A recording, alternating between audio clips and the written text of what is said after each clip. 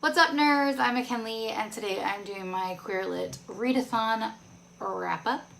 I also posted a vlog for QueerLit Readathon. I'll link that in one of the corners. I can never remember which one it is. A shocking turn of events. I'm filming at work again. I'm sure you're all very surprised. Normally I do my wrap-ups from my least favorite to my most favorite, but today I'm just going to do it in the order that I read them, or the order that they're in on Goodreads, because I'm lazy. But I will tell you which one was my least favorite when I talk about it. It should be pretty obvious by the rating. In total, I read 9 books during QueerLit Readathon, and I did finish all of the challenges. I probably don't remember what challenges each book was for, but I'll try and say it if I do remember. And now that I've rambled for a while, let's get started. The first book I read was The Brightsiders by Jen Weil. It was the group book, and it also counted for the contemporary square. This book is about a girl in a band who ends up getting drunk one night, and it's like a big to-do about her being the latest train wreck, even though she's not, and her girlfriend sucks, her family sucks, and all in all, I don't think that I will ever think about this book again. But it is a very diverse cast. There's 2 gender fluid characters. The main character's bisexual. There's characters of color. So it's a very diverse cast. It's just not a book that is gonna stick with me. So I gave it 3 stars.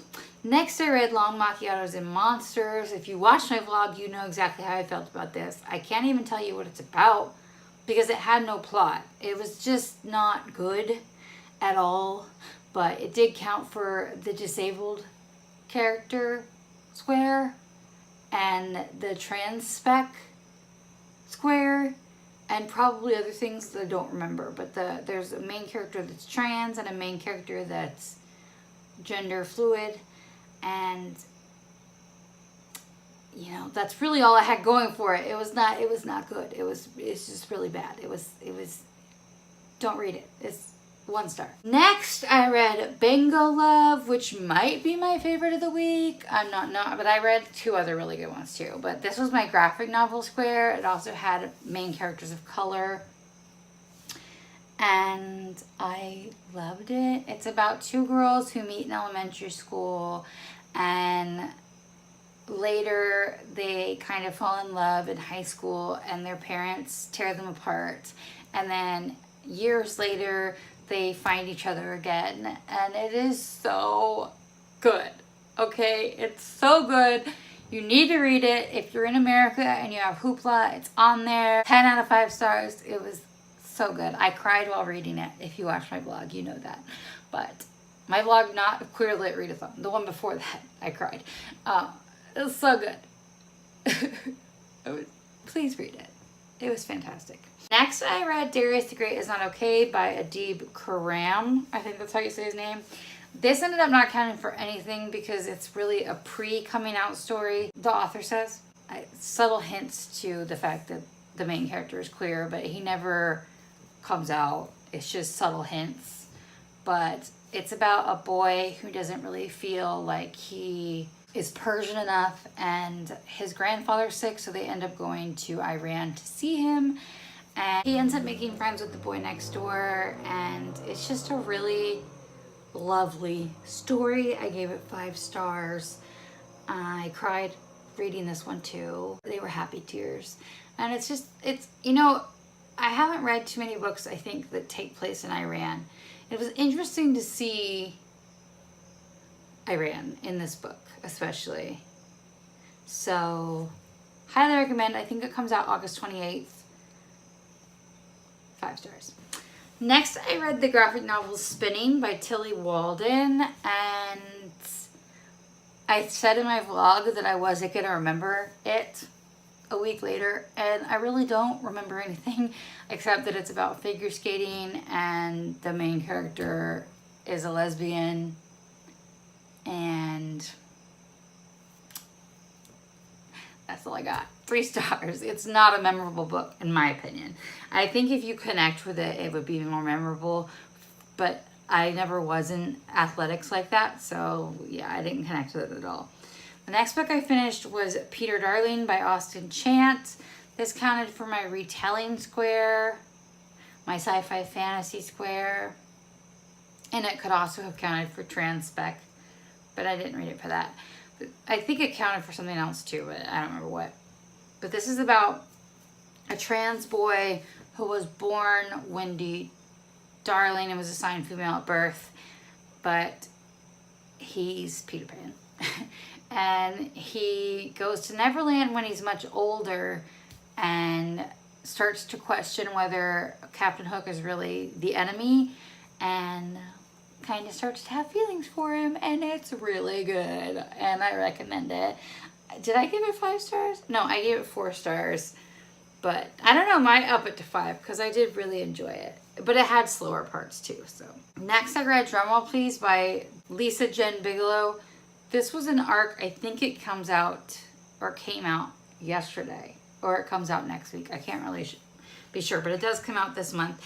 And this is about a girl who goes away to band camp with her best friend, and her best friend starts liking a boy and kind of ditches her, and she ends up befriending this other girl and starts to have feelings for her, and it's just a really cute story. It's a cute middle grade. She realizes she's queer. It's adorable. If you like middle grade, it's more like a young YA because she's 13. But I loved it. It was really good, and I gave it 4.5 stars. Next, I read an arc of The Past and Other Things That Should Stay Buried by my fave, Sean David Hutchinson. And this is about a guy whose ex-best friend dies, and his parents own a mortuary, and while he's doing her makeup, she comes back to life, and they are trying to figure out why. And it's like them trying to figure out what went wrong with their friendship, but also figure out why she's alive when she should be dead. And it was fantastic. It's weird. It's funny. The writing is beautiful. It's Sean David Hutchinson. And in this book, his boyfriend, the main character's boyfriend, is trans, and there's lots of characters of color. And I gave it 5 stars, to the surprise of no one, and I really liked it. And it comes out in February of next year. So sorry to be talking about it now. Finally, I read This Song Is Not For You by Laura Nolan.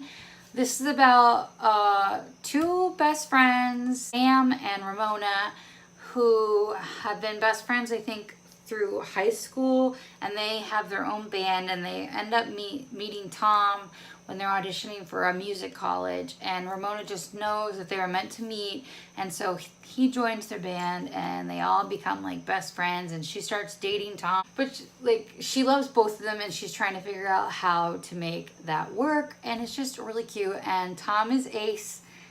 It's not on the page ace representation, but I think the author has confirmed that he's ace. It's pretty obvious. Author, I think, his own voice is polyamorous representation, judging by her Twitter bio. But I don't want, I guess, just like, I shouldn't say that for sure, because I don't know if she's ever said its own voices, but in her bio, she says she's polyamorous. So take that the way you want to take it. It was good. It was enjoyable. It was delightful. I gave it 3.5 stars. Again, I'm not sure I'll ever think about it again, but it was good. It's a really short, fast read, so it's a good summer book, I would say. So those are the 9 books that I read for QueerLit Readathon. I really enjoyed this readathon. I hope they do it again next June, because it was really nice to have a set readathon for the month of June, even though it was only a week. Did you guys participate in QueerLit Readathon? If you did, tell me down below what your favorite read was, and if you're gonna read any of the books I talked about, or if you have already read the books that I've talked about, talk to me down below. That's it for me. Thank you so much for watching, and I will see you in the next one. Bye.